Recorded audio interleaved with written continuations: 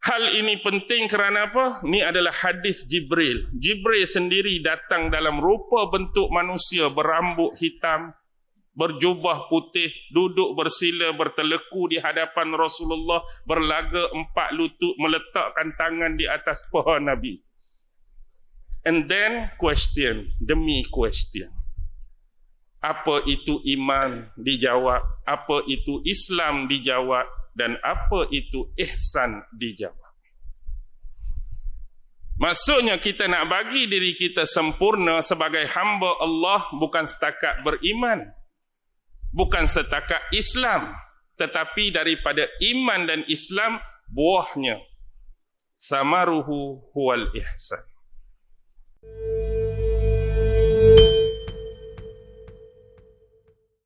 Assalamualaikum warahmatullahi wabarakatuh. Baik, saya mulai malam ini sebagaimana yang difirmankan oleh Allah Subhanahu wa taala di dalam surah Al-Baqarah merujuk ayat 40. Allah Subhanahu wa taala berfirman, ba'da a'udzu billahi minasy syaithanir rajim. Ya bani Israil azkuru ni'mati allati an'amtu 'alaikum wa anni faddaltukum Ya bani Israil azkuru ni'mati allati an'amtu 'alaikum wa awfu bi'ahdi ufi bi'ahdikum wa iyaya farhabun. Surah Al-Baqarah ayat yang ke-40. Yang bermakna ataupun bermaksud, wahai Bani Israel, anak-anak cucu cicit keturunan Israel, ingatlah akan segala nikmat-nikmat dan anugerah yang telah kami berikan kepada kalian. Wa aufu bi'ahdi ufi bi'ahdikum.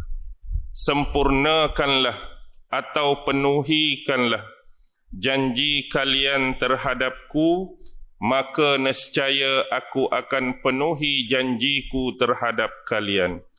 Wa iyaya farhabun, dan hanya kepadaku sahajalah layak untuk engkau merasa gerun dan takut. Baik, kalau kita melihat kepada ayat 40 surah Al-Baqarah, walaupun digunakan permulaan ayat dengan lafaz Bani Israel, tetapi sebenarnya penurunan ayat ini kepada Rasulullah sallallahu alaihi wasallam adalah untuk memberikan penjelasan dan pemberitaan dakwah Nabi Muhammad sallallahu alaihi wasallam kepada golongan-golongan Yahudi yang pada ketika itu berada di bumi Madinah. Ini adalah bentuk dakwah, ini adalah bentuk ajakan Rasulullah sallallahu alaihi wasallam kepada golongan Yahudi yang berada di mana? Di bumi Madinah, supaya mereka kembali bertaubat kepada Allah Subhanahu wa taala, supaya mereka kembali mengikuti jalan yang benar, jalan yang betul, jalan yang sebenar yang dikehendaki oleh Allah Subhanahu wa taala.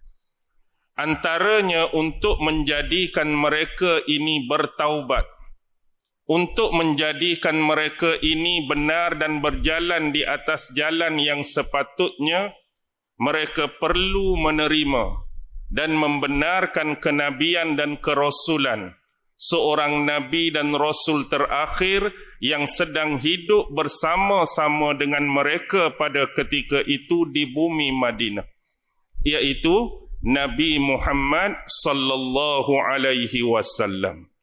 Dengan kata lain, ini adalah merupakan peluang yang terakhir yang dipunyai oleh mereka. Kalau mereka tidak melakukan hal tersebut, yakni tidak mau kembali bertaubat, tak mau ikut jalan Allah yang sebenar, tak mau menerima Nabi Muhammad sallallahu alaihi wasallam sebagai nabi dan rasul yang terakhir untuk diikuti, maka jelaslah kutukan dan laknat Allah Subhanahu wa taala itu berhak ke atas diri mereka. Yang jadi persoalan yang selalu ditanyakan berkaitan dengan ayat ini ialah tentang lafaz Bani Israel. Sedangkan yang diseru dan didakwah oleh Nabi Muhammad sallallahu alaihi wasallam ialah golongan Yahudi yang berada di kota Madinah pada ketika itu. Dan penggunaan lafaz Bani Israel sudah begitu asing untuk dinisbahkan kepada mereka. Kalau tuan-tuan dan puan-puan mempunyai peluang untuk membaca, membelik-belik kitab-kitab ataupun buku-buku tentang sirah Nabi sallallahu alaihi wasallam, terutama tentang satu bab yang disebut bab hijrah Nabi. Nabi berhijrah daripada bumi Mekah ke bumi Madinah. Dan bila Nabi berhijrah sampai di Madinah, sekali dengan sahabat-sahabat Ansar daripada kelompok Aus dan Khazraj, tinggal di Madinah, tinggal di sana juga adalah golongan-golongan Yahudi yang kita kenali sebagai Yahudi Bani Quraizah, Yahudi Bani Nadir, Yahudi Bani Qainuqa. Jadi kalau kita mengikuti kitab sirah, itulah penisbahan, itulah selalunya istilah yang digunakan untuk mereka. Tak pernah kita mendengar dalam kitab sirah menyebut Bani Israel Quraizah. Pernah tak? Tak pernah. Bani Israel Nadir, Bani Israel Qainuqa. Tetapi lafaz perkataan dan istilah yang digunakan ialah Yahudi. Tetapi dalam ayat ini, walaupun seruan dan dakwah kepada mereka, tetapi Allah menggunakan lafaz Ya Bani Israel. Jadi di mana signifikan situasi dan condition ajakan Rasulullah pada zaman beliau dengan penggunaan istilah Bani Israel? Baik, ayat ini adalah satu ayat yang nak menunjukkan kepada apa? Nak menunjukkan kepada kaedah dan seni tabligh, kaedah dan seni dakwah. Bagaimanakah cara Allah berkomunikasi untuk menyejukkan hati-hati manusia yang senantiasa menolak kebenaran, hati-hati manusia yang selalu ingkar dengan perintah-perintah Allah. Apatah lagi pertukaran istilah Bani Israel kepada Yahudi dan penggunaan lafaz Yahudi dalam Al-Quran lebih banyak kepada apa? Menceritakan tentang bentuk-bentuk keburukan mereka. Bila Allah menggunakan lafaz dan perkataan Yahudi dalam Al-Quran, Yahudi selalu disandingkan, dirapatkan, dinisbahkan dengan sifat sombong mereka. Kalimah Yahudi selalu disandingkan, dinisbahkan, dirapatkan dengan pengingkaran mereka terhadap arahan-arahan dan perintah Allah Subhanahu wa taala, dan bermacam-macam perkara-perkara yang buruk dan cela dinisbahkan dengan lafaz ini. Jadi dalam kes nak mengajak ini, Allah memperingatkan mereka dengan satu istilah yang mampu menggoyang, yang mampu menggugah jiwa dan nurani mereka dengan panggilan tadi. Analogi dan contoh yang paling mudah yang saya boleh bagi kepada tuan-tuan. Katakanlah, di kawasan tuan-tuan hari ini, orang-orang lama, orang-orang tua, kita kenali dahulu adanya seorang tokoh agama yang hebat. Katakan di sini dulu ada satu tokoh agama. Dianya alim, dianya zuhud, dianya wara', dianya soleh, dianya macam-macam kebaikan yang kita boleh tempel pada dia. Dan zaman itu telah berlalu. Dan yang tinggal adalah generasi demi generasi, iaitu cucu cicit kepada keturunan tokoh tadi. Bayangkan pada zaman kita, anak cucu cicit keturunan tokoh tadi tidaklah berperangai dan berwatak seperti nenek moyang mereka yang mulia tadi. Kita sebut contoh, bermungkin anak cucu dia ni perangai tak elok. Anak cucu dia hak hidup bersama kita hari ni perangai tak soleh. Mungkin ada yang sesat, mungkin ada yang menyeleweng, mungkin ada buat banyak dosa besar dan sebagainya. Baik, sekarang tugas kita yang diberikan di atas bahu sebagai amanah dan tanggungjawab ialah untuk mengajak mereka, yakni golongan-golongan tadi, kembali kepada Allah, suruh mereka bertaubat, kembali ke jalan yang benar. Kalaulah perkataan demi untuk mendakwah dan mengajak mereka tu dengan perkataan-perkataan yang menyebabkan sakit pada hati, amat susah untuk golongan yang kita nak dakwah ni nak menerima panggilan dan seruan daripada kita. Sebagai contoh, ada anak cucu dia tadi melakukan dosa-dosa besar. Benar dia buat dosa besar. Tapi bila kita nak mengajak mereka kembali kepada Allah, nak mengajak mereka untuk mengubah diri dan peribadi, panggilan yang kita panggil, mai sini geng-geng hak banyak buat dosa besar. Agak-agak masuk dekat ke lari jauh? Kita sebut mari geng-geng hak banyak buat dosa besar. Walaupun benar sungguh dia buat dosa besar, tapi cara kita keloi, cara kita panggil tu menyebabkan mereka semakin jauh daripada kita.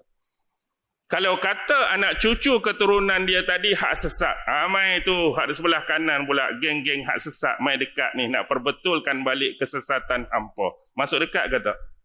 Tak masuk dekat. Ni geng-geng hak menyeleweng dalam akidah, geng-geng hak menyeleweng dalam syariah, mai nak betulkan balik, masuk dekat. Masuk dekat ke tak? Tak masuk. Tapi inilah yang diajarkan oleh Allah untuk mengajak kembali golongan Yahudi yang berada di Madinah yang sudah terbiasa dan terbeban dengan dosa-dosa sebelum ni dengan lafaz ini. Ya Bani Israel, wahai anak cucu keturunan Israel.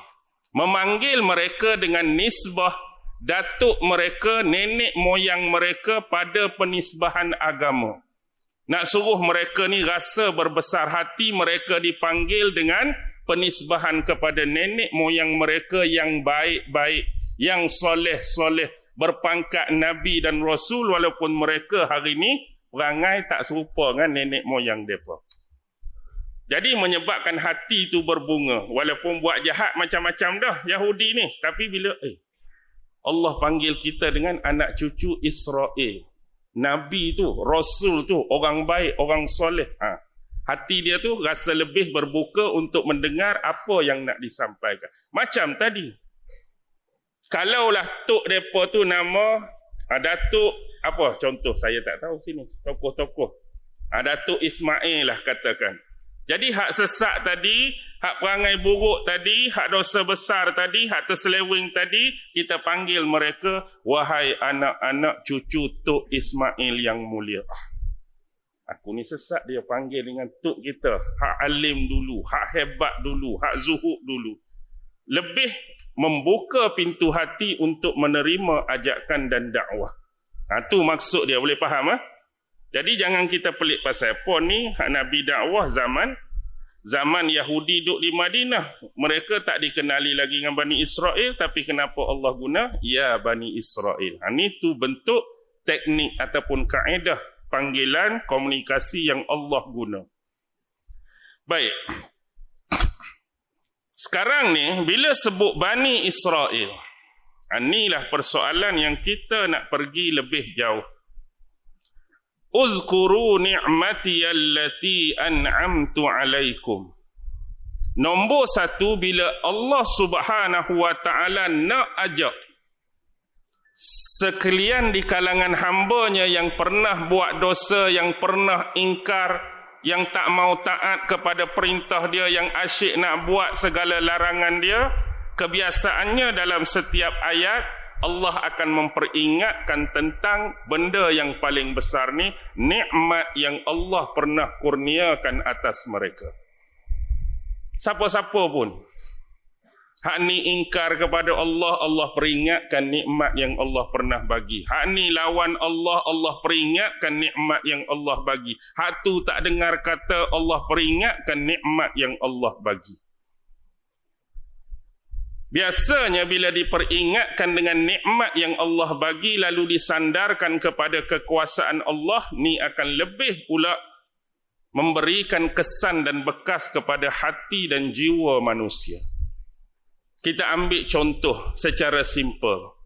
Kadang-kadang Allah bagi nikmat kepada seseorang dalam bentuk kekayaan, yang menyebabkan dari kekayaan tersebut dia berubah menjadi angkuh, dia berubah menjadi sombong, dia berubah menjadi menunjuk-nunjuk kekayaan dia. Jadi bila kita pergi jumpa dia, ingat, walaupun lah ni kamu kaya, ni adalah nikmat yang Allah boleh bagi pada kamu. Tapi takut-takut dengan perlakuan kamu dengan nikmat tersebut yang kamu jadi duk sombong dengan orang. Orang bagi salam tak jawab, orang bagi teguran tak balas, orang minta sedekah tak mau bagi, zakat tak mau keluar. Bimbang-bimbang takut nikmat ni Allah boleh tarik balik daripada kamu. Rezeki ni Allah boleh tarik daripada kamu. Sebab rezeki yang kamu dapat ni bukan dengan daya usaha upaya kamu, tetapi kurniaan nikmat daripada Allah Subhanahu wa taala. Peringat benda tu menyebabkan kadang-kadang orang berbekas terasa. Oh betul lah. Tak apalah nikmat lain sekalipun, nikmat Allah bagi kuat ke, dengan kuat tu dia jadi sombong, dengan kuat tu dia jadi rasa hebat, dengan kuat tu dia jadi rasa lebih daripada orang lain. Ingat, bila-bila masa Allah boleh tarik balik. Hak kuat tu sekelip mata Allah boleh bagi lemah. Sekelip mata hak elok orang boleh jatuh stroke. Sekelip mata hak kaya boleh jatuh miskin. Sekelip mata hak maju perniagaan boleh jatuh muflis dan bankrupt. Semuanya di dalam peredaran kekuasaan dan kekuasaan Allah Subhanahu wa taala. Jadi Allah nak sebut di sini, suruh mereka ingat hak dulu-dulu tu apa yang pernah Allah bagi pada mereka. Di sini ada dua nikmat yang Allah pernah bagi pada mereka. Yang pertama ialah nikmat dalam bentuk rohani, yang kedua nikmat dalam bentuk jasmani. Nikmat dalam bentuk rohani ada tiga. Pertama ialah nikmat beragama.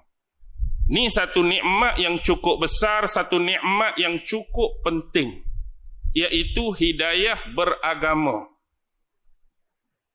Besar ke tak tuan-tuan agama ni? Besar. Penting ke tak tuan-tuan agama ni? Memang penting. Mereka lebih awal dan mereka lebih dahulu menerima nikmat beragama daripada kita hak hidup zaman sekarang. Kita ni dah lewat menerima nikmat beragama. Walaupun demikian, alhamdulillah Allah masih lagi bagi nikmat tu pada kita. Tapi nak cerita, nak habaq kat sini, yang lebih awal menerima nikmat bentuk ni, depa lagi awal Allah bagi agama. Tetapi apa yang telah mereka lakukan dengan amanah agama yang telah Allah bagi? Ni yang nak jadi faedah, yang ni nak jadi iktibar, yang ni nak jadi pengajaran. Kalau Allah bagi bentuk agama, mereka tak jaga benda yang Allah bagi ni baik-baik. Apa yang telah mereka lakukan pada agama? Antaranya mereka tak menunaikan amanah dan kewajipan atas perintah-perintah dalam agama tadi. Sebagai contoh, suatu ketika dahulu Allah dah memerintahkan perintah solat kepada Bani Israel, walaupun cuma 2 waktu, tapi mereka tak mampu untuk melaksanakannya. Bahkan lebih jauh, mereka meninggalkan perintah solat 2 waktu itu. Sebab itulah kalau kita lihat dalam peristiwa Isra' dan Mi'raj, ketika Rasulullah menerima perintah terakhir, berapa waktu? 5 waktu, tapi Nabi Allah Musa alaihi salam suruh Nabi minta kurang lagi daripada 5 waktu tu. Sebab apa? Sebab Nabi Allah Musa dalam sejarah kehidupan dia dah menyaksikan bagaimana umatnya Bani Israel sebelum ni yang diberi amanah dan bebanan cuma 2 waktu pun tak lepas. 2 waktu pun nak tinggal. 2 waktu pun malas nak buat. 2 waktu pun tinggal terus. Apatah lagi 5 yang diterima oleh umat Nabi Muhammad. Berat sungguh, berat. Illa alal khashi'in. Kecuali orang yang ada rasa khusyuk kepada Allah Subhanahu wa ta'ala. Baik. Kita lihat ada lagi perintah-perintah lain. Dan perintah-perintah ini dilaksanakan oleh mereka bersesuaian dengan kehendak dan hawa nafsu mereka.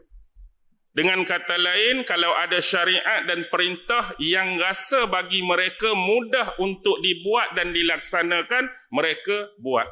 Tapi hak ni rasa, beratlah nak buat, mereka sanggup tinggal. Hak ni pula, teruk nak buat, mereka sanggup meninggalkan. Jadi ada pilihan pada mereka atas rasa senang dan susah nak buat. Atas rasa seronok dan rasa tak seronok nak buat. Sudah menjadi pilihan di sisi mereka. Lalu dengan ini sedikit demi sedikit mereka mula meninggalkan perintah-perintah yang pernah disyariatkan Allah atas mereka. Apatah lagi sejauh kitab Taurat yang diturunkan kepada Nabi Musa, jauh meninggalnya Nabi Musa, mereka telah mengubah-ubah isi kandungan. Mereka mengubah-ubah hukum hakam sebagaimana yang disebutkan oleh Allah di dalam beberapa ayat Al-Quran, yang mana mereka telah menghalalkan apa yang diharamkan Allah dan mengharamkan apa yang dihalalkan oleh Allah. Dan ada lagi satu sifat lain, iaitu mereka suka menjadikan ayat-ayat Allah ini menjualnya dengan harga yang murah. Samanan qalila. Untuk mendapatkan habuan-habuan berupa keduniaan, kenikmatan yang bersifat sementara kepada mereka.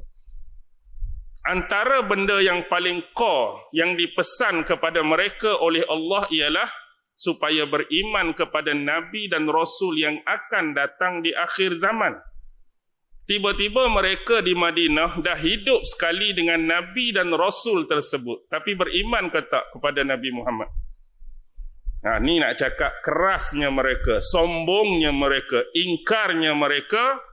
Nabi Muhammad dah hidup sekali pada waktu mereka, zaman mereka, tempat mereka.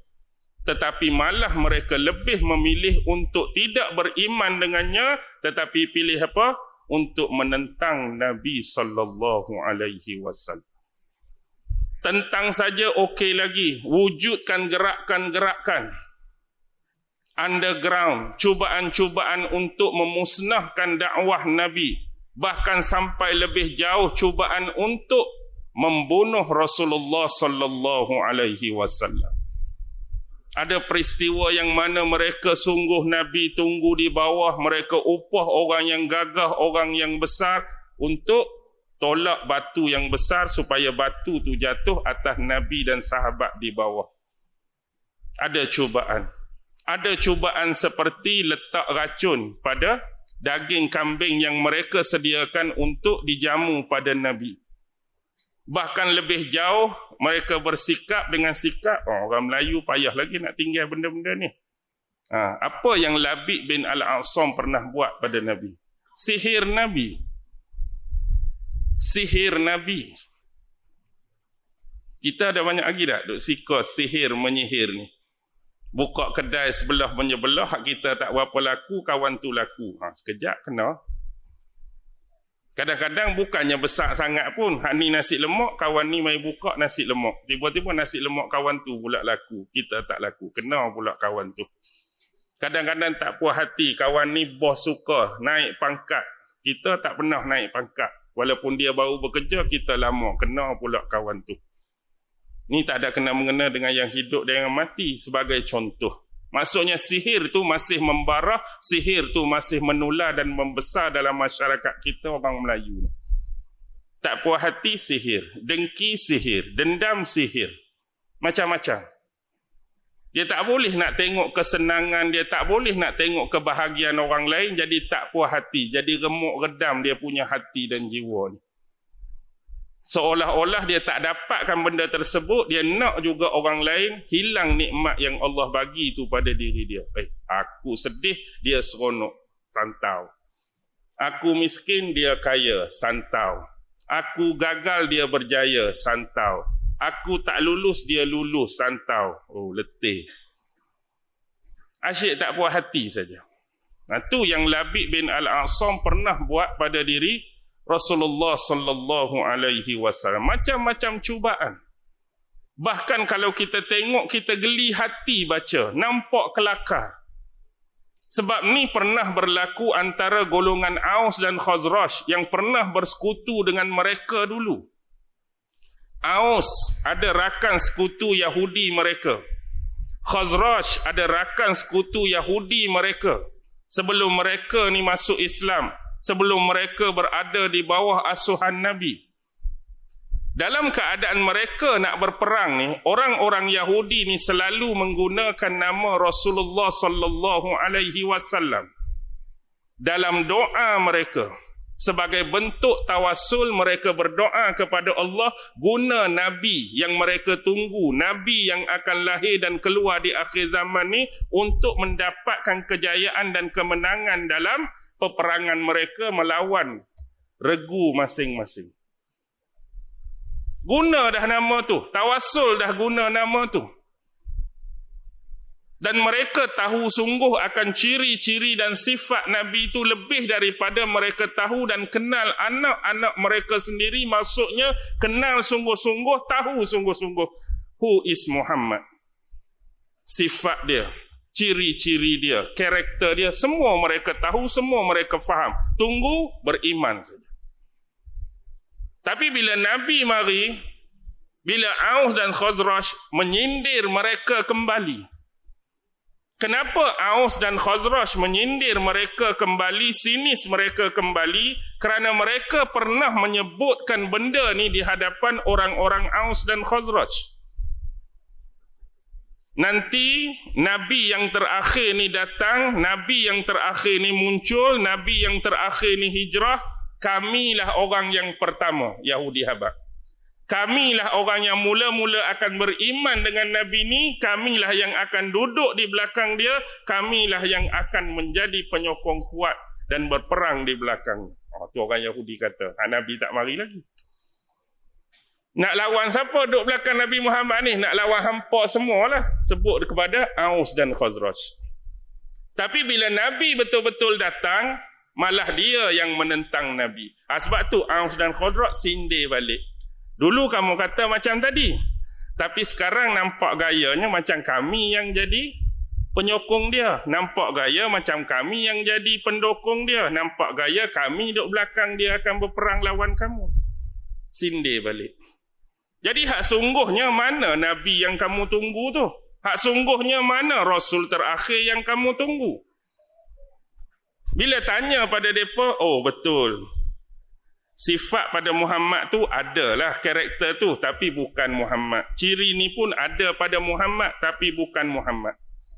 Dia baca, tapi bila disamakan, ada ciri ni pada Muhammad? Ya, ada, tapi bukan dia. Ada individu lain yang selain Muhammad yang kami tunggu. Baik, stop. Nabi Muhammad dah wafat 1400 tahun lebih, tuan-tuan. Dan dia menyebutkan hal ini ketika Rasulullah masih hidup. Sama macam Muhammad tapi bukan Muhammad. Sama macam Muhammad tapi orang lain. Yang dia sebut tu dah wafat 1400 tahun lebih. Agak-agak kalau tanya soalan yang sama hari ni, dia boleh tunjuk tak? Who's that person? Hak dia nak nafikan Muhammad, hak dia duk tunggu tu. Tak main-main lagi. Bila nak main? Dunia dah akhir zaman. Kiamat tak tahu bila. Takkan kiamat pun tak mau main lagi. Faham tak maksud saya? Hak kamu kata Tuhan, ni bukan Muhammad, ni bukan ciri Muhammad, orang lain. Mana orang lain tu? 2024 dah, tak mari lagi. Kalau tanya hari ni lagi, ni ciri-ciri ni, mana individu tu? Mana personality tu? Mana tokoh tu? Mana figure tu? Pun dia tak boleh nak tunjuk. Maksudnya orang yang sepatut dia benar-benar beriman, Sepatut yang benar-benar dia mendukung perjuangannya, sekarang sudah dimakamkan di bumi Madinah yang mulia 1400 tahun yang lepas. Dan mereka mengabaikan hal ini. Yang menyebabkan hal ini sebahagiannya dipegang oleh golongan mereka hari ini sebagai bukti untuk berlakunya penolakan mereka terhadap agama Islam sekaligus Rasul Muhammad sallallahu alaihi wasallam. Kalau tanya kepada sebilangan Yahudi yang ada pada hari ini, pasal apa? Melalui kitab Al-Quran yang kamu boleh baca, kamu boleh kaji, kamu boleh cek, kamu boleh analisis, kamu boleh baca sirah Nabi Muhammad ni daripada awal sampai beliau wafat. Apakah lagi perkara-perkara, benda-benda yang menjadi penghalang untuk kamu beriman dengan individu ni? Maka simple daripada perbuatan tadi. Kadang-kadang kita perlu ingat perbuatan kita di masa lalu dia akan menjadi jawapan kepada anak cucu kita di masa akan datang.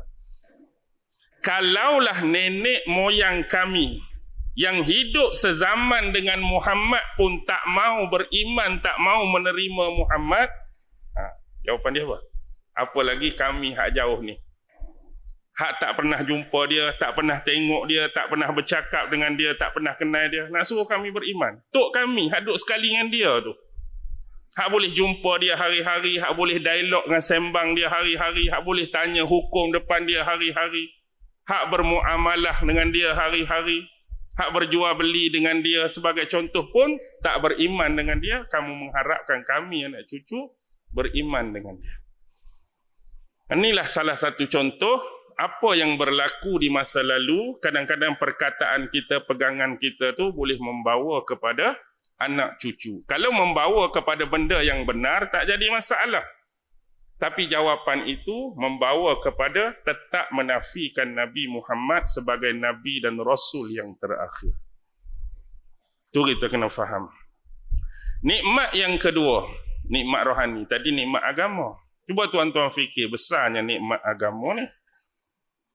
Kalaulah hari ini takdir Allah bagi kita kaya, Allah bagi kita hebat, Allah bagi kita popular, Allah bagi kita masyhur, Allah bagi kita viral, Allah bagi kita dikenali, seolah-olah segala apa yang perlu, segala apa yang dinikmati, segala apa yang diinginkan pada setiap hati dan jiwa manusia ni Allah bagi.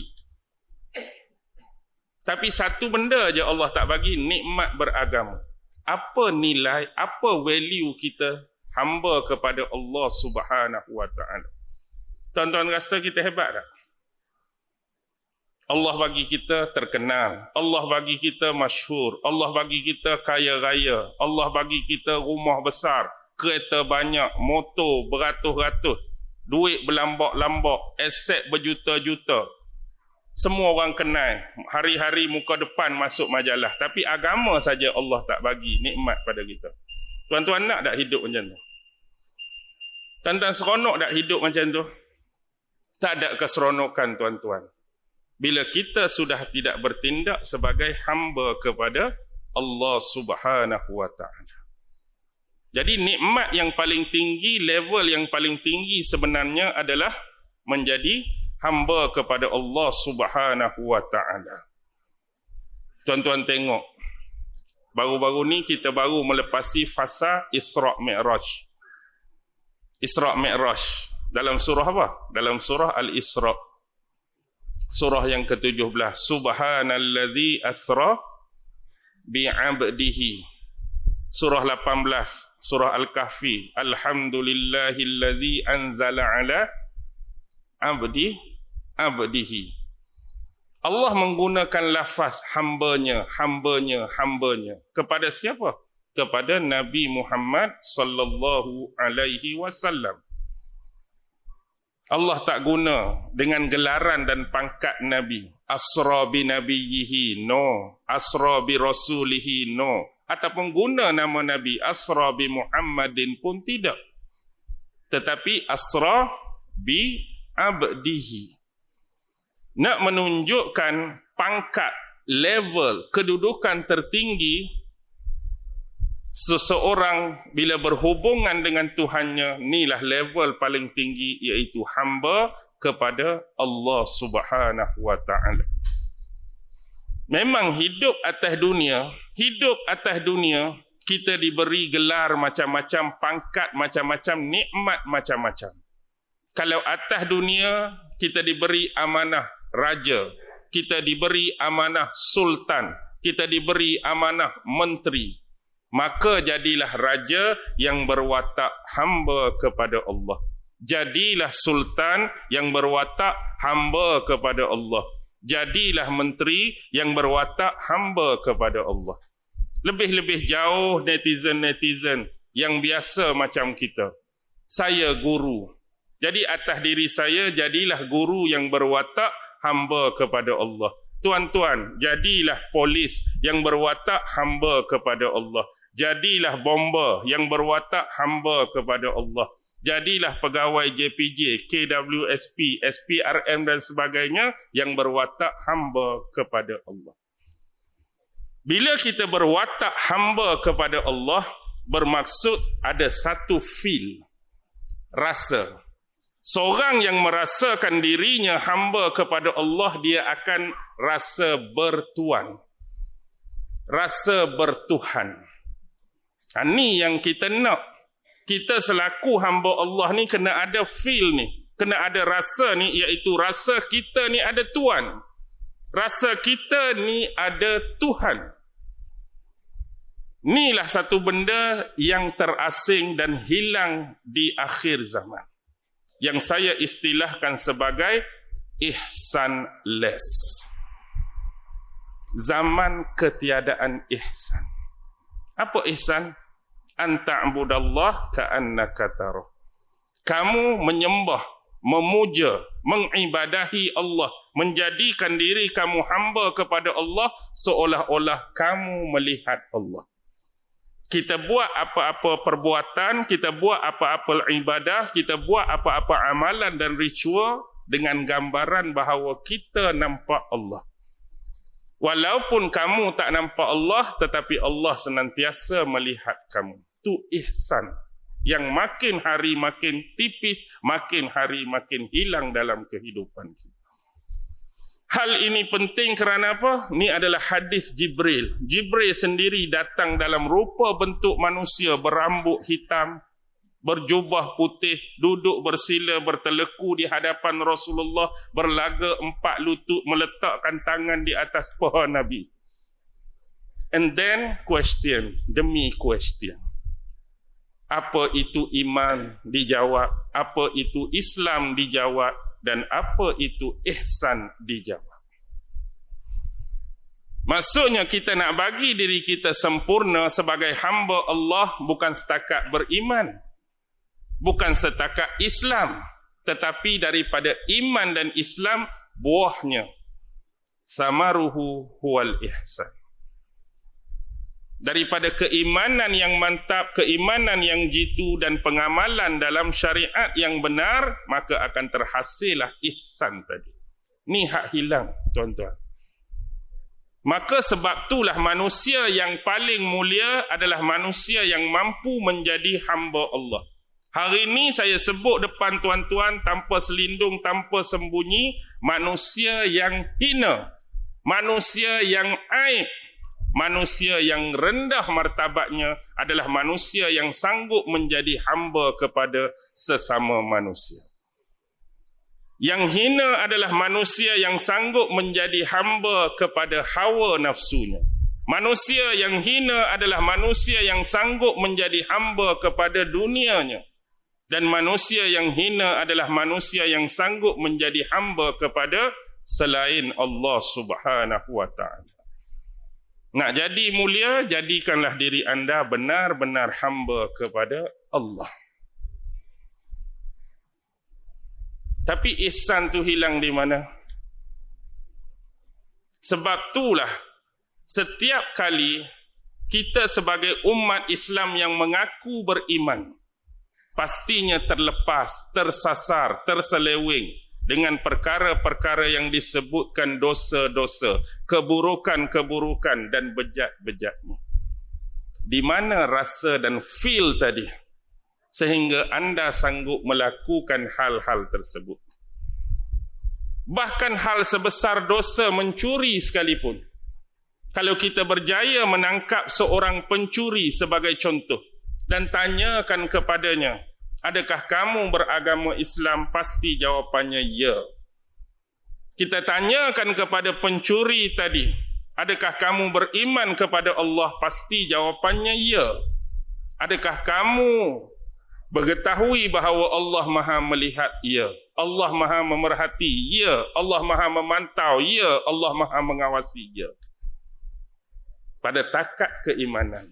Tetapi sewaktu kamu rasa nak copek duit orang, sewaktu kamu rasa nak robek tabung masjid, di mana rasa, feel Allah sedang melihat kamu pada waktu itu? Nothing. Sebab feel, rasa Allah melihat tu hilang dan tak ada, sehingga tergamuk dan sanggup kita buat macam-macam dosa. Hanya beriman dan yakin dia Maha melihat, tak memungkinkan lagi kamu tak buat dosa dan perkara-perkara keburukan. Tapi sebab feel tadi hilang. Cuba tuan-tuan bayangkan feel tadi ada dan sentiasa kekal. Nak buat saja, rasa tu Allah. Tak ada rasa tu, rembat semua. Tak ada rasa tu, ceroboh semua. Tak ada rasa tu, langgak semua. Ini pentingnya. Tapi kita hari ini banyak hanya berbicara tentang persoalan iman dan Islam, tetapi meminggirkan persoalan ihsan. Ini payah nak mewujudkan budaya ini. Okey, kembali. Nikmat yang kedua yang Allah pernah bagi kepada golongan Bani Israel ialah nikmat. Ni hak kita dapat ni. Kalau kita orang Islam ni nikmat apa ni? Nikmat kitab wahyu yang diturunkan oleh Allah Subhanahu wa taala. Jadi kita ni diminta beriman dengan berapa kitab? 4. Taurat Musa, Zabur Daud, Injil Isa dan Al-Quran Muhammad sallallahu alaihi wasallam. Tuan-tuan pun maklum bahawa 3/4 daripada kitab yang kita wajib percaya dan beriman tu turun pada mereka. Taurat Musa, mereka Bani Israel. Zabur Nabi Daud, mereka Bani Israel. Injil Nabi Isa, mereka Bani Israel. Mari Al-Quran baru lil alamin. Untuk seluruh alam, seluruh umat manusia, seluruh golongan manusia dan jin, seluruh orang Arab dan non-Arab, kita sebut sebagai ajam. Tak terkecuali. 3/4 tuan-tuan bayangkan yang wajib beriman, yang wajib percaya Allah turunkan pada golongan mereka. Tu nikmat yang cukup besar tuan-tuan, nikmat wahyu. Manual, peraturan, hukum hakam, syariat, perundangan daripada Allah mengikut kondisi zaman dan waktu masing-masing. Kalau kita waktu tu hidup pada zaman Nabi Musa, kena beriman dengan Taurat Nabi Musa. Beriman dengan Zabur Nabi Daud, beriman dengan Injil Nabi Allah Isa. Dan ni zaman kita, kita beriman dengan hak ni, hak 3 sebelum ni pun kita diminta beriman. Bahawa 3 kitab yang Allah sebutkan tu pernah diturunkan oleh Allah sebelum daripada Al-Quran. Besar tuan-tuan, tapi isunya pula apa yang telah mereka lakukan kepada kitab tu. Sebagaimana yang saya sebut di depan tadi, ada sebahagian daripada mereka ni buat apa pada kitab ni? Menyelewengkan isi dan kandungannya, meminda-minda dan mengubah maksud-maksud dan tafsirannya, menjadikan Al-Quran ini sebagai menjualnya dengan harga yang murah untuk mendapatkan habuan dan nikmat keduniaan yang sementara. Mereka tak jaga betul-betul kitab ni, sehingga Allah menyebutkan bentuk-bentuk penyelewengan mereka, pemindaan mereka terhadap kitab-kitab sebelum ini. Allah sebut dalam Quran perangai mereka. Sebab tu dalam Quran bila berbicara mengenai Bani Israel ni, Allah sebut dua kan. Allah sebut dua.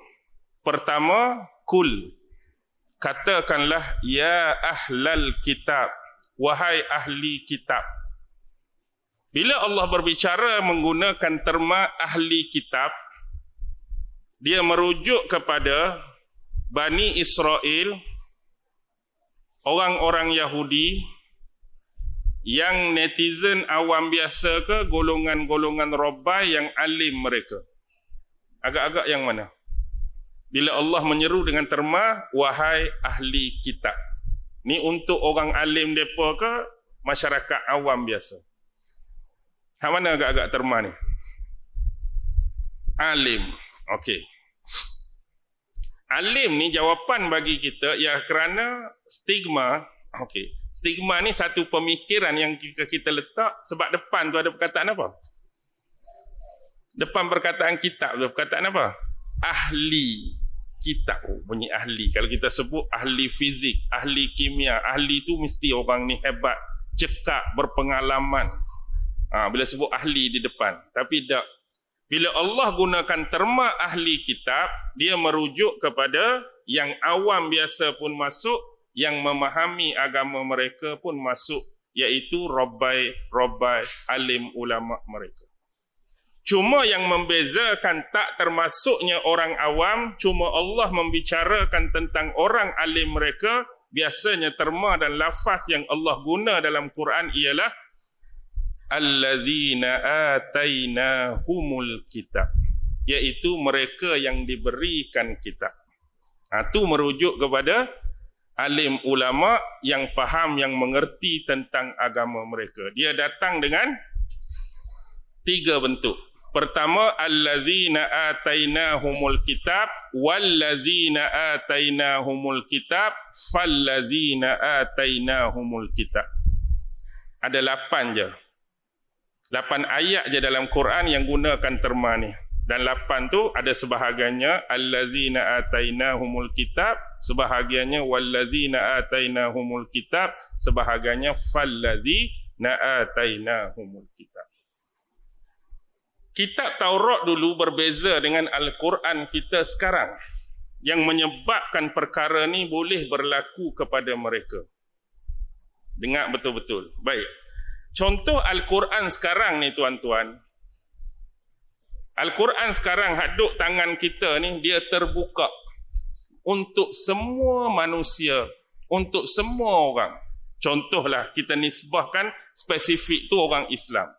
Orang Islam daripada sealim-alim kita letak level dan ranking paling atas sampai paling bawah, hak jahil, hak tak tahu apa, hak tak reti apa pasal Islam ke pasal agama, tapi dia orang Islam, boleh dan berhak untuk memiliki kitab suci ni.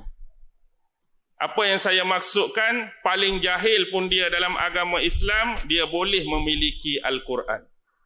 Dia boleh tengok Al-Quran. Dia boleh beli Al-Quran. Dia boleh belik Al-Quran. Dia boleh belajar Al-Quran. Dia boleh nak tengok tafsir Al-Quran. Tak ada siapa boleh halang dia. Tak ada siapa kata, oh saya ni jahil, tak reti apa. Iqra' tak reti, alif bata tak reti. Oh kalau gitu saya tak berhak jual Quran ni pada tuan. Dilarang sama sekali. Tak ada siapa boleh larang. Yang menyebabkan berlaku keterbukaan pada Al-Quran. Jadi kalau siapa yang kita kata mentadabburi Al-Quran, mengajar Al-Quran, berceramah Al-Quran, ruang terbuka untuk dibetulkan. Ruang terbuka untuk discuss. Ruang terbuka untuk dialog. Bila kita tersalah, dia akan terbuka untuk dibahaskan. Contoh, saya bacalah ayat tadi, hak dalil depan sekali tadi, surah Al-Baqarah ayat 40. Katakan saya tersilap sebut surah Al-Baqarah ayat 41. Tiba-tiba abang kat depan ni, Ustaz, minta maaf. Ada apa tu? Sebenarnya ayat 40, Ustaz, bukan 41. Tengok. Bila tu sifat yang ada Al-Quran, kita tersilap saja, dah ada konteks teguran. boleh ditegur atas kesilapan. Bahkan ni dah dewasa dah. Kalau murid tu, hafiz, mungkin umur 7 tahun, 8 tahun tegur saya. Saya boleh halang dia daripada tegur saya. Sedangkan saya ni salah. No. Cuma malu muka kat depan ni. Kita dah tua. Duduk depan mikrofon. Budak kecil umur 7. Malu muka ke, redam gemuk ke, terimalah hakikat bahawa waktu tu kita sedang buat silap, kita sedang ditegur kesalahan dan kesilapan kita. Terima. Tapi berbeza dengan Taurat yang ada di tangan mereka dulu. Tambahanlah dengan konteks masa zaman dulu bukan ada kilang percetakan macam kita, kertas mudah, dawat mudah apa. Siapa yang nak memiliki kena tulis, kena salin. Jadi simpanan koleksi itu terhad. Jadi bila terhad, mereka menjadikan kitab Taurat ni hanya boleh dimiliki dan dibaca oleh alim-alim mereka. Orang awam ada tak? Tak ada. Jadi orang awam ni seolah-olah kalau nak tahu hukum, nak tahu hak ni boleh ke, hak ni tak boleh, hak ni boleh ke, hak ni tak boleh, kena pergi jumpa ulama. Wahai ulama kami nak tanya hukum, kalau buat lagu ni boleh ke tak boleh. Jadi hak nak kata boleh ke tak boleh, siapa dia? Orang alim tadi. Kalau dia tipu kita pun, kita tak boleh nak rujuk. Hak ni sebenarnya boleh, tapi dia kata, oh tak boleh buat. Kita tak boleh nak kata, mana boleh ayat demikian. Tak ada ayat lah sebab dia tak ada rujukan. Kita hari ni, kurang-kurang pun, balik tadi, tanya ustaz, dia jawab lagu tu. Tapi ayat ni cerita sebaliknya. Tak puas hati, boleh tanya balik. Betul ke ayat ni tadi? Boleh lawan lagi. Tapi itu nothing. Orang kata A lah kita. Orang kata B lah kita. Lagi senang dimanipulasi dalam bentuk dan keadaan tersebut. Tambahan pula ni orang alim. Jadi satu prioriti yang cukup besar. Tambahan pula tak ada Nabi pada waktu tu. Waktu keputusan Nabi. Bukan Nabi tu putus. Masa tu. Dan Nabi wafat contoh nak mari. Sementara nak mari Nabi lain. Lagi mudah nak pulih keadaan ni. Okay, kena faham betul-betul.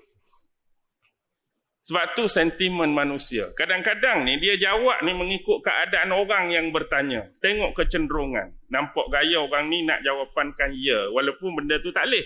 Tapi tengok gaya muka ni dia nak suruh kata ya ni. Maka jawablah ya. Bila jawab ya, penuhlah RM20 dalam poket. Sesuai dengan kehendak orang yang bertanya. Contoh. Sebab satu sifat kadang-kadang berlaku pada kita sekarang ni. Bila tanya soalan. Kita memang jadi benda tu, terbuat benda tu, berlaku benda tu. Jadi bila kita nak tanya soalan, bukan semua, kadang-kadang ada jenis manusia yang dia dah bawa sentimen lebih awal. Sentimen apa? Sebelum tanya tu kalau boleh, hak tanya ni biar tok guru tu, biar ahli ulama tu kata boleh buat benda ni. Walaupun dia tak tahu hukum tu, tapi dalam hati tu kalau aku tanya ni harap-harap benda ni boleh buat lah. Dia letak dah satu benda tu. Jadi bila nanti jawab tak boleh buat, apa akan jadi? Bila dia letak sentimen tu, harap-harap nanti ustaz jawab boleh lah. Tapi pipi ustaz kata tak boleh. Dia tak pi bawa jiwa yang murni, hati yang kosong. Kalau kata ya boleh buat, kalau kata tak boleh aku kena tinggal. Tak ada. Jadi akhirnya bila pi dengan kecenderungan tadi sebagai contoh, orang jenis ada sifat tu macam ni. Jadi apa hukumnya ustaz? Kalau macam ni tak boleh lah, haram kita buat macam ni. Lalu biasa apa akan jadi? Dia tak balik dengan hukum yang diberi tadi haram. Tapi dia akan cuba. Dia bukan lagu tu juga ustaz. Dia bukan lagu tu juga, cerita tu akan jadi lari dah sikit. Betul tak? Dia sebenarnya lagu ni. Macam ni. Ada sikit perubahan ayat tu. Dia macam ni. Akibatnya dia peralih ayat tu, dia nak suruh tak boleh tadi jadi boleh. Tapi ustaz tu kata, kalau lagu tu pun tetap tak boleh. Tetap tak diperbolehkan dalam agama dan syariat kita. Last sekali yang ketiga, dia bukan lagu tu juga ustaz. Dia nak polik lagi. Akhirnya dia berubah terus jalan cerita. Gini sebenarnya. Kalau gini tak apalah, tak jadi masalah. Tu dia nak dengar. Hak tak apa tak jadi masalah. Hak asalnya hak betul di mana? Hak cerita nombor 1 tu, hak sungguh lah. Sebelum ni pun banyak berlaku. Piramli pun tunjuk contoh dah kan. Pada tuan-tuan dalam cerita apa tu? Cerita apa tu? Seniman Bujang Lapuk. Kan kita tengok Seniman Bujang Lapuk, waktu syuting filem tu Piramli jadi raja kan. Sudin jadi ahli takbir mimpi kan. Kemudian Piramli jadi raja, dia cerita dia bermimpi apa? Semalam beta bermimpi tompok tai uta jatuh kelepuk atas muka beta. Jadi apa kata Sudin? Kalau mimpi macam tu alamatnya tuanku apa? Tuanku nak mampus ke apa? Pendek umur. Pendek umur. Jadi dengar pendek umur tu tak seronok lah raja, pendek umur. Lalu dia kata, dia bukan betul-betul atas muka beta. Tengok lari dah. Dia CP tu. Tukar dah. Tadi kelepuk atas muka beta. Bila CP tu, kalau CP tuanku akan terkena penyakit malaria tapioka. Ubi kayu pun kena kan. Jadi malaria tapioka pun tak seronok juga sebab tu penyakit. Akhir sekali bukan kena atas muka beta, bukan CP tapi kelepuk atas muka Director Ahmad Nisfu. Tak ada kena-mengena langsung. Kalau macam tu Director Ahmad Nisfu lah nak mampus alamatnya. Jadi kena kat orang tu lega, seronok. Tapi hak betulnya hak mana? Hak mula-mula tu lah hak kelepuk atas muka beta tapi tak seronok dengar. Tu contoh kita kata orang tu akan suka kalih. Bila benda tu tak menyeronokkan dan menyenangkan hatinya dari sudut hukum hakam agama. Jangan buat macam tu. Jadi kita cerita pasal Yahudi ni bukan cerita saja, bukan sejarah saja, tapi nak ambil ibrah dan faedah. Takut perangai yang mereka buat sebelum ni kita duk buat juga. Tapi kalau cerita Yahudi semata, Yahudi ni macam ni, Yahudi macam ni. Dalam masa kita duk buat, tak kata tu juga adalah perangai Yahudi. Mentang-mentang kita bukan bangsa Yahudi, bukan beragama Yahudi, bukan apa-apa Yahudi tu, tak kena. No, Al-Quran mari tu nak cerita perangai depa tu takut kita duk buat lagi. Okey. Yang ketiga, agama, kitab. Yang ketiga apa? Nabi-nabi dan rasul kebanyakannya, bukan semua, persentage yang besar diturunkan kepada bangsa Bani Israel. Sejak daripada Nabi apa? Tolaklah hak awal-awal tu. Adam, Idris, Nuh, Saleh, Ibrahim bukan Bani Israel. Kemudian Ishaq, Ismail bukan Bani Israel. Israel itu start di Nabi Allah Yaqub alaihissalam. Nabi Yaqub sendiri itulah Israel. Jadi Bani Israel dalam Quran tu anak-anak Nabi Allah Yaqub alaihissalam. Yang 12 orang itulah Raubin, Syamun, Levi, Yahuza, Izakar, Zabulun, Yusuf, Bunyamin, Jad, Ashir dan Naftali.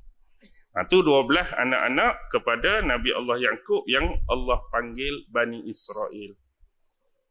Lepas tu anak dia lah. Maksudnya automatik Yaqub Bani Israel anak dia. Nabi Yusuf Bani Israel. Lepas Nabi Yusuf, Nabi apa? Cara ringkas. Lepas Nabi Yusuf. Kalau ikut senarai Nabi-Nabi, lepas Yusuf Nabi apa? Ada nama Nabi Ayub, nama Nabi Zulkifli. Lepas tu marilah Nabi Musa. Nabi Musa Bani Israel ke tak? Bani Israel sebab dia keturunan Lewi. Harun Bani Israel keturunan Lewi. Nabi Syuaib tak? Nabi Syuaib tak? Nabi Syuaib tu jalur mana? Nabi Syuaib jalur mana? Nabi Syuaib jalur Konturah. Dia adalah cucu cicit daripada keturunan Madian tu. Salah satu anak Konturah. Konturah kan 6 orang anak tu. Zimran, Yokshan, Medan, Madian, Isba', Syu'ah. Kalau Nabi Syuaib jalur dia daripada Madian. Kalau tolak salah silah keturunan Nabi Allah Syuaib, maka hilanglah Ibrahim and Konturah. Okey. Seterusnya siapa dia?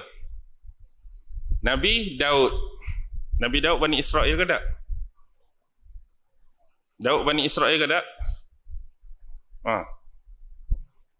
Daud Bani Israel sebab dia keturunan Yahuza 12 tu. Sulaiman anak Yahuza.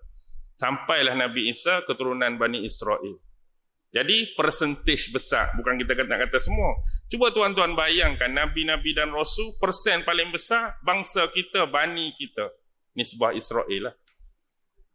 Tapi apa yang telah mereka lakukan pada Nabi-Nabi dan Rasul tersebut? Mereka beriman sekejap, mereka lawan. Kadang-kadang beriman sekejap, mereka ingkar. Mereka beriman sekejap, tak patuh. Mereka beriman sekejap, tak taat. Mereka dengar cakap Nabi Musa, beriman dengan Nabi Musa waktu nak menyelamatkan diri mereka daripada kejaran Fir'aun. Contoh, Allah dah bagi tunjuk mukjizat depan mata, laut terbelah.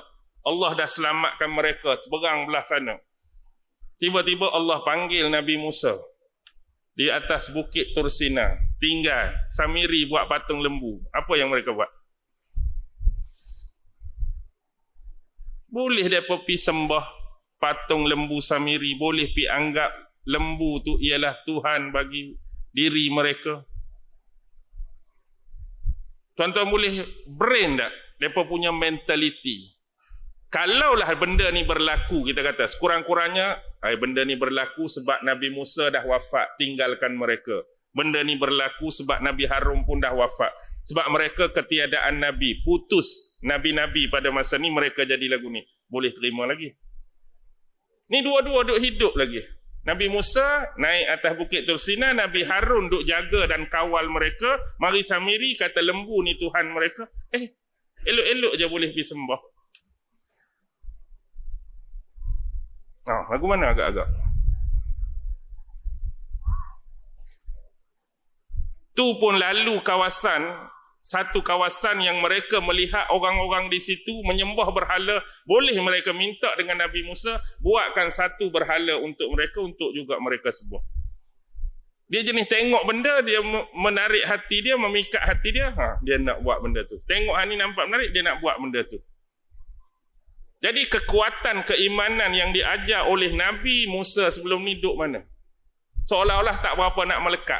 Tuhan ni macam ni, Allah ni macam ni, agama kita macam ni, ni boleh buat, ni tak boleh buat. Lalu je satu kawasan, tengok orang sembah berhala, buatlah satu patung. Boleh minta lagu tu je. Nak tinggal sekejap ni, 40 hari, kawan ni buat patung, tengok keinginan tadi. Tengok tadi. Buat patung, tak boleh. Tiba-tiba ada orang buat patung, tolong buat patung, boleh sembah. Banyak-banyak perangai lagi. Bila sampai kewajipan jihad, sebagai contoh, sampai dah dekat sempadan bumi Palestin yang Allah janjikan untuk mereka. Bumi Kanaan masa tu. Bumi inilah, bila kamu keluar daripada bumi Mesir, bumi ni Allah janjikan. Kembali ke tanah asal. Sebab ni dulu bumi apa? Bumi Israel asal lah. Bumi Nabi Allah Ibrahim, bumi Nabi Allah Ishak, bumi Nabi Allah Yaqub, bahkan bumi Nabi Allah Ismail. Jangan terlupa tu, Nabi Ismail lahir di mana? Nabi Ismail tak lahir di Mekah. Nabi Ismail lahir di Palestin. Kemudian baru dia bawa oleh Nabi Ibrahim pergi ke Mekah. Dia bukan lahir di Mekah, lahir di sini juga. Kemudian zaman Nabi Yusuf lah keluarnya ke Mesir. Jadi bawa Nabi Yaqub, bawa adik-beradik, bawa Bani Israel lain duduk di Mesir. Sampailah zaman Fir'aun. Mereka jadi orang-orang tawanan, orang-orang hamba kelas kedua. Kena siksa, kena buli, kena anaya, kena zalim. Anak lelaki mereka dibunuh hidup-hidup. Mereka dijadikan hamba. Tersiksa. Nabi Musa bawa mereka keluar, nak balik tempat asal dulu. Nenek moyang mereka. Tapi bila berlakunya kewajipan jihad, nak masuk sini bukan masuk saja-saja. Bukan masuk percuma. Bukan masuk dengan mudah. Bukan masuk boleh tancap kemah terus. Bukan masuk bagi tanah terus. Bukan masuk boleh makan sedap-sedap terus. Tapi dalam ni adanya kaum yang dikenali sebagai kaum Jabbarin, kaum Amalikoh yang besar-besar, yang gagah-gagah. Kamu nak, kamu kena lawan mereka, perang dengan mereka. Tapi peperangan ni aku jamin kamu menang. Bila menang barulah kamu boleh miliki tanah ni. Tapi berani ke tak? Berani ke tak lawan? Tak berani. Pengecut. Izhab anta wa rabbuka faqatila inna hahuna qa'idun. Pergilah kamu berperang wahai Musa. Ajak Tuhan kamu sekali. Celupar tu. Dah nak perang sangat, hang pergi sendirilah Musa. Lepas tu ajak Tuhan kamu hak suruh berperang tu. Kalau menang, kami masuk. Kalau kalah, kami lari. Pengacut. Keingkaran itulah yang menyebabkan Allah sesatkan mereka di padang teh selama 40 tahun. Sebab tak mau masuk, tak mau berperang tu, bagi sesat di padang teh 40 tahun. Duduk dalam tu, pikok ni tak kena, pikok ni tak kena. Duduk main dalam tu je. Sampailah Allah menghabisi generasi hak penakut tu. 40 tahun tuan-tuan. Hak mana tua-tua, hak mana dah otai-otai tu selama 40 tahun, Allah matikan habis. Tinggal generasi-generasi hak baru pula. Generasi hak baru ni berbezalah, kena beranilah. Nabi Musa dah wafat, Nabi Harun dah wafat. Siapa yang akan menjadi pemimpin mereka seterusnya nak masuk bumi tu? Siapa? Nabi apa? Nabi yang teman. Yang teman Nabi Musa bawa ikan waktu nak pergi belajar dengan Nabi Khidir dalam surah Kahfi tu. Nabi apa?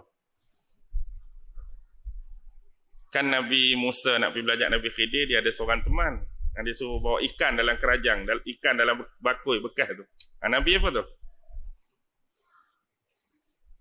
Nabi Yusha. Yusha bin Nun. Tu adalah cicit Nabi Yusuf tu. Yusha bin Nun bin Yufraim bin Yusuf alaihi salam. Cicit Nabi Yusuf. Bila cicit Nabi Yusuf, dia juga adalah Bani Israel. Cuma laluan keturunan dia Yusuf. Nabi Musa laluan keturunan dia Lewi. Adik-beradik Nabi Yusuf. Abang Nabi Yusuf. Jadi Nabi Yusha lah pula. Bawa generasi hak baru ni berperang. Walaupun ada keberanian, tapi kena filter, kena pilih. Tengok dalam hadis-hadis yang sahih berkaitan dengan Bani Israel ni, maksudnya ada 3 golongan yang tak layak untuk bawa dalam perang. Pertama ialah yang baru kahwin. Yang baru kahwin. Betul-betul baru kahwin, ni dikecualikan. Yang kedua, yang buat rumah. Yang buat kemah, tiang pasang dah, dinding pasang dah, atap tak pasang lagi. Tengah dalam pembinaan tapi atap tak pasang lagi, hak ni pun tak payah. Yang ketiga, hak jenis dia ada ternakan, lembu ke kambing, hak jenis nak beranak, esok lusa lagi. Hak ni pun tak payah. Saya pun bila lihat kepada 3 golongan ni, cuba cari hikmah dan intipati, kenapa 3 golongan ni tak dibenarkan dalam peperangan. Mesti ada sebab kenapa mereka tak dibenarkan, dan kenapa disebut mesti ada satu hal yang penting, walaupun sekarang mungkin kita tidak temui lagi jawapan dia. Saya lah tak temui, mungkin tuan-tuan ada jawapan dia. Agak-agak pasal apa? Kalau hak jenis baru kahwin tak mau masuk dalam peperangan. Kita boleh ambil secara umum saja. Biasanya orang baru kahwin ni, kalau masuk perang dia duk fikir pasal apa? Baru 2-3 hari kahwin. Duk fikir pasal bini dia lah. Macam-macam perang ni. Antara hidup dengan mati. Allah, kalau aku mati baru 3 hari kahwin. Kalau mati pula, siapa nak ambil bini janda kita ni? Macam-macam lah benda yang melibatkan tu. Tu anggaran kita, anggapan kita sajalah. Tapi yang kedua pula, tak buat rumah, atap tak pasang lagi. Dia duk fikir pasal rumah tu lah. Kalau kira tiang pasang dah, dinding pasang dah, pintu atap lagi. Masa nak masuk perang dia duk fikir hak tu. Lepas tu hak yang ketiga, kalau lah kata beranak kambing aku tu jantan ke betina, anak pula berapa ekor dia beranak, macam-macam lah. Tu anggapan kita lah. Tapi hak hikmah sebenar tak tahu kenapa dikecualikan 3 ni. Mungkin berkaitan dengan benda tu lah. Pemikiran tentang benda yang dia lalui dalam hidup dia tu nak bawa masuk dalam perang. Orang ni dia jadi tak ada komitmen, tak fokus. Jadi pilah perang. Bila perang punya perang dah Allah janji kan. Allah janji apa tadi? Minta kamu perang je. Minta keringat kamu. Minta gerakkan tulang 4 kerat. Kemenangan aku jamin. Walaupun lawan lagi hebat. Tentera dia lagi ramai. Tentera dia lagi besar. Persenjataan dan logistik dia lagi hebat. Tapi aku akan bagi kamu menang. Akhirnya perang punya perang, maka berlalulah sampai waktu asar lebih kurang. Hari itu pula adalah hari Jumaat. Hari Jumaat, waktu lebih kurang waktu asar, Bani Israel hampir memenangi peperangan. Dan tiba-tiba Nabi Yusha' teringatkan sesuatu. Apa dia? Apa dia? Tak boleh bayang lagi. Hari Jumaat, waktu asar. Jadi bila terlintas hari Jumaat, waktu asar, kita ni nak menang dah peperangan ni. Tapi Nabi Yusha', rasa tak seronok, rasa tak sedap. Pasal apa? Sebab waktu asar. Kalaulah perang ni berlanjutan, tak menang lagi, sampai terbenamnya matahari, maka malam tersebut akan jatuh malam petang Jumaat, waktu asar. Kalau perang, tak menang, tak kalah lagi, matahari terbenam waktu tu malam Sabtu. Kena ingat, hari Sabtu adalah hari Sabat, hari mulia bagi orang Yahudi. Dilarang berperang, dilarang bertempur, dilarang melakukan pertumpahan darah, dilarang membunuh. Jadi automatik kalau kata kita duk perang masuk waktu maghrib, kita tak boleh nak cucuk, orang lain boleh cucuk. Kita tak boleh nak takik, orang lain boleh takik. Kita tak boleh tikam, orang lain boleh tikam. Kita tak boleh tendang, orang lain boleh tendang. Sudah lagu mana? Lalu atas doa tu jadi apa? Berlaku kat matahari? Matahari terhenti kerana doa Nabi Allah Yusha'. Maksudnya waktu pada masa tu freeze. Matahari berhenti bergerak untuk peperangan tu berlangsung sampai menang. Bila menang, barulah matahari tu bergerak kembali. Bila masuk, menang kan? Kalau zaman Rasulullah berperang, bila menang, biasa apa yang akan dapat? Menang peperangan. Harta, ghanimah. Samalah mereka pun. Mereka dapatlah hasil peperangan tu. Ghanimah. Cuma dalam Islam ni, dia ada dua istilah bab peperangan. Satu disebut ghanimah, satu disebut fight. Ghanimah, fight. Ghanimah ialah yang betul-betul berperang. Contoh ada side A, ada side B. Okey, mula perang, masuk perang. Teng. Satu tendang, hani tampak, satu baling, tombak, satu panah. Ada mati, ada hidup, ada sakit, ada apa semua. Hani menang. Ini kalah. Jadi yang menang ambil ghanimah. Kalau fight, ni side A, ni side B, tapi peperangan sebenar tak berlaku. Tak masuk dalam medan macam kita dapat ghanimah tadi. Kenapa tak berlaku? Dah ada side A, side B. Banyak kejadian macam ni. Contoh, side A datang 100,000, side B datang 1,000. Dia ingat ke kawan ni 1,000 juga? Allah, kita 1,000, mereka 100,000. Pakai friend awal. Kalau aku ni mampu awal kita, balik. Balik tinggal tu, harta tu. Jadi tak berlaku dah peperangan tempur, peperangan sebenar tak berlaku. Jadi, hak kata barang yang ditinggal tu, hak tu tak nama dia ghanimah, tapi nama dia fight. Tu beza. Ghanimah berlaku pertempuran sebenar, fight tak berlaku. Baik, dua-dua tu harta rampasan perang lah. Jadi bila dapat harta rampasan perang, syariat pada masa tu diharamkan bagi Bani Israel ambil harta ghanimah. Itu kelebihan umat Nabi Muhammad, Allah telah menghalalkan ghanimah terhadap umat Nabi Muhammad. Zaman mereka, ghanimah tu haram. Jadi bila haram tak boleh ambil. Cara nak settle benda ni ialah ambil semua harta tadi, kumpul satu tempat. Bila kumpul satu tempat, dia akan datang lingkaran api suci. Dia datang api, okey, kata ni ghanimah. Mari api tu akan melingkar. Dia akan bawa naik harta tu, hilang bersama lingkaran api tu. Tak boleh siapa-siapa ambil. Terkejut ke lingkaran api suci ni? Nampak pelik lingkaran api suci. Tak payah terkejut. Awal lagi dah berlaku benda ni. Ingat dah peristiwa anak Nabi Adam, Habil dan Qabil. Bila dia bergaduh nak kahwin dengan hak cantik dengan hak tak berapa cantik tu. Jadi Nabi Adam sarankan kepada mereka menyediakan korban masing-masing. Habil dia jadi apa? Kontek pertanian. Habil kontek penternakan, Qabil kontek pertanian. Jadi Habil bila penternakan, dia bagi korban dia tu kambing yang paling besar, kambing yang paling gemuk, kambing yang paling banyak daging. Kita kata ni sebuah grade AAA lah kambing yang dia nak bagi tu. sebagai persembahan. Manakala Qabil terlibat dengan pertanian. Jadi barang-barang pertanian hak dia letak tu ada hak bermutu, lepas tu selit-selit dengan hak grade low kelas apa semua sekali. Last sekali korban siapa yang diterima?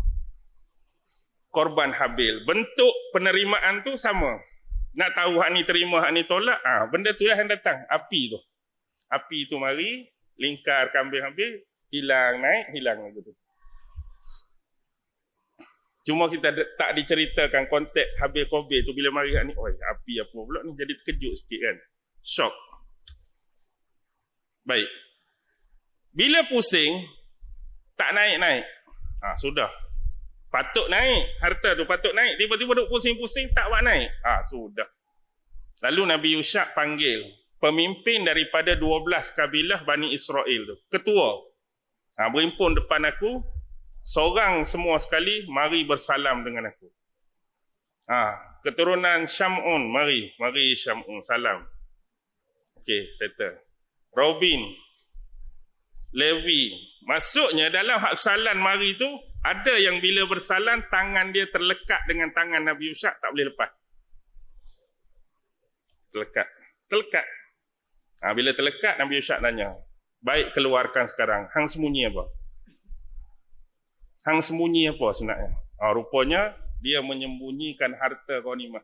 Tak ada kejujuran, pergi letak semua kat situ, ada hak dia tusuk. Kelantan cakap tusuk ni sembunyilah. Rupanya buat keluar. Berbaloi lah untuk dia sembunyi tu padan. Kalau rasa tuan-tuan jumpa hari ni, tuan-tuan pun kena tak? Apa yang dia sembunyikan ialah ketulan emas sebesar kepala lembu. Satu dia sembunyikan. Kepala lembu betul, tanya tuan-tuan betul. Kepala lembu hak kita korban, kita sembelih betul-betul berapa kilo agak-agak? Kepala lembu betul. Berapa kilo lebih kurang? Tak kepala saja, kepala lembu. Hak kita duk korban apa tu, kalau kita kerat kepala tu lebih kurang berapa kilo? 15 kilo kepala lembu. Kalau emas sebesar kepala lembu, emas 15 kilo, taklah 10. 10 kilo. Berapa hari ni? Sekilo berapa sekarang sekilo? 300,000 lebih kan? Ke 400,000? 400,000. 400,000. Kalau 10 kilo, 4 juta lah. Dekat 4 juta. 4 juta apa? Dekat 4 juta lah. Lebih kurang lah kita kata anggaran. Lepas tu agak-agak, kalau tuan-tuan jumpa, letak situ ke untuk naik api, masuk poket. Tepuk dada, tanya imam masing-masing. Maksudnya, tengok kecenderungan tu kan. Kecenderungan bila tengok harta tu, emas besar tu. Siapa tak terpikat, siapa tak tertawan. Jadi dia ingat tak berlaku benda tu. Tapi rupanya tersekat. Tersekat nak bawa naik kerana berlaku kecurangan. Jadi ambil semua hak mana sembunyi tu, barulah naik balik. Tengok. Hak Nabi Musa tu buat hal dah, hak ni buat hal lagi. Lepas tu bila boleh masuk, Allah perintahkan apa? Allah perintahkan masuk tu melalui gerbang. Gerbang kota dalam keadaan sujud. Wadkhulul baba sujjada. Masuk dalam keadaan sujud. Maksudnya bukan sujud macam semayang kita tu. Siapa yang sedang berjalan, sujud tu masuk dalam keadaan macam rokok. Lambang kepada nak masuk tu. Jadi kita masuk kota tu, tunduk.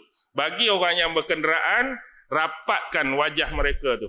Macam Rasulullah masuk dalam pembukaan kota Mekah, janggut tu mengenai leher kuda. Jadi tengok perangai mereka. Mereka masuk, letak punggung, mengesok masuk punggung dulu. Tengok perangai. Buka dalam surah Baqarah. Wa idh qulna dkhulu hadhil qaryah fakulu minha haitsu syi'tum ragada wadkhulul baba sujjada. Pertama Allah suruh masuk dalam keadaan sujud, wa qulu hittatun naghfir lakum khatayakum wa sanazidul muhsin. Lepas tu ucapkan kalimah hittah, kalimah istighfar yang Allah khususkan untuk mereka ucap. Hak suruh sujud tadi letak punggung, masuk ke punggung dulu. Menunjukkan nak ingkar arahan yang Allah buat. Ni suruh istighfar. Dia tak sebut hittah, dia sebut hintah. minta gandum. Orang suruh minta ampun, dia nak minta makanan, minta gandum. Tu baru Allah bagi menang tu.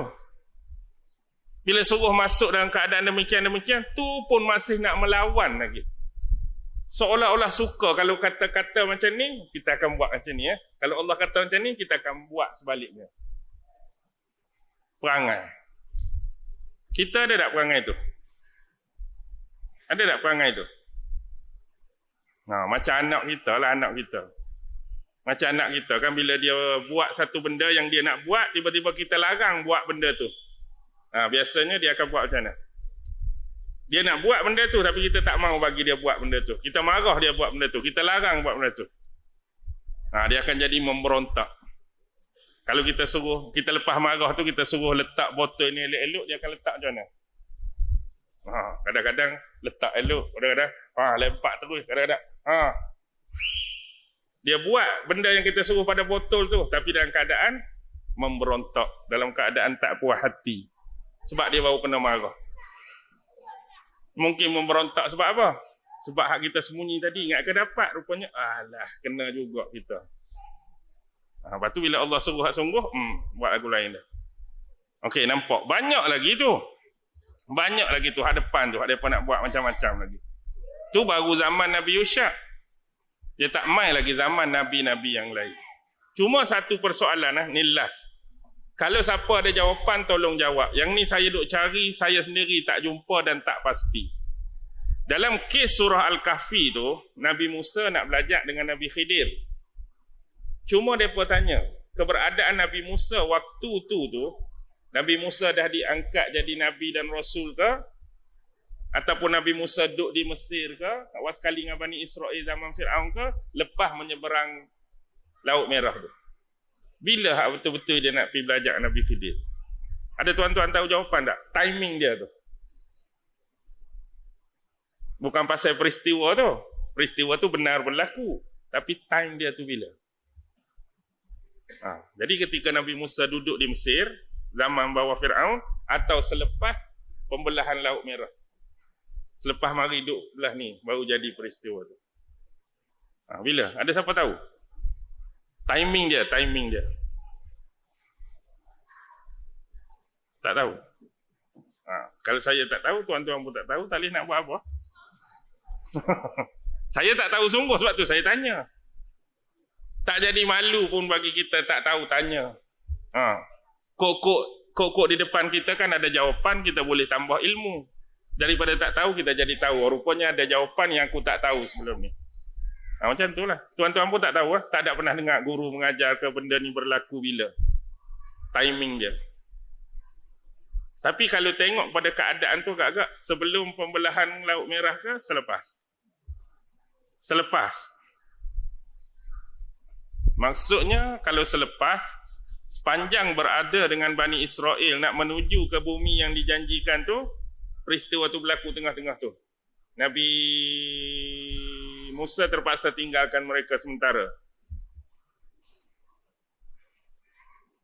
Waktu Samiri buat patung tu, Nabi Musa naik atas Bukit Tursina tu 40 hari je. Ni waktu yang tak ada limit ni. Allah sebut tempat pun tempat yang bukan macam kita tunjuk Waze, tunjuk alamat.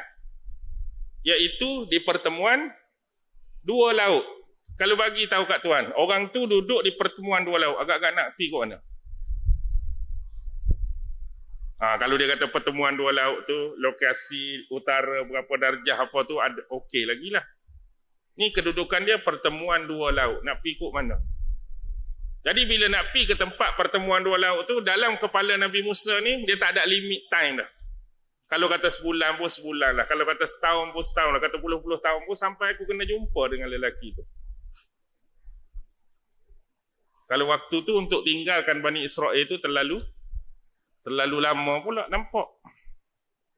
Macam-macam lah. Biarlah. Kalau terlalu lama kan hak pukul 9.40 jadi pukul 10. Duduk lama pakat mendengung belakang. Start pukul 10 dah ni, lagu mana? Sebelum ke selepas? Tak tahu. Jadi kita sudahi juga malam ni di sini. InsyaAllah malam esok kalau siapa yang nak mengikuti, kita akan mulakan pula dengan pengistilahan. Maksudnya sebelum bahas tentang Yahudi tu, kita nak kenal sungguh-sungguh Ibrani tu apa, Israel tu apa, Yahudi tu apa, Zionis tu apa, dan pecah-pecahan yang terkandung di bawah istilah-istilah tadi. Barulah yang last tu kita cerita banyak sikit, panjang sikit tentang sejarah dan perjalanan yang disebutkan dan diistilahkan sebagai Yahudi ni, insya-Allah. Tu pun kalau tuan-tuan ada masalah. Jadi saya berhenti di sini. Wabillahi taufiq wal hidayah. Wassalamualaikum warahmatullahi wabarakatuh.